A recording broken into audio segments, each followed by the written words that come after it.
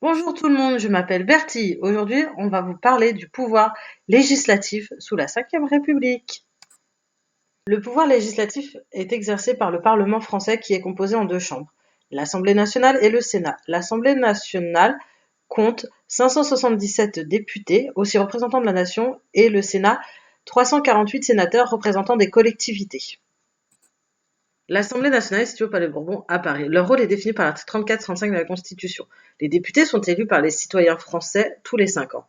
Ils proposent et votent les lois et le budget.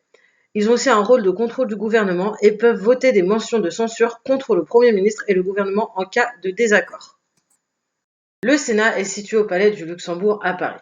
Les sénateurs, pour être sénateur, il faut au minimum avoir 24 ans et le Sénat est renouvelé tous les 3 ans. Ils sont élus par des grands électeurs, c'est-à-dire des conseillers départementaux, conseillers régionaux, députés ou autres grands électeurs.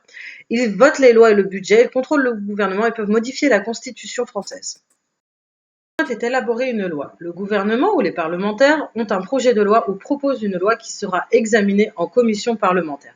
Une fois examinée, elle part dans les deux chambres, l'Assemblée nationale et le Sénat, où elle fait la navette entre les deux.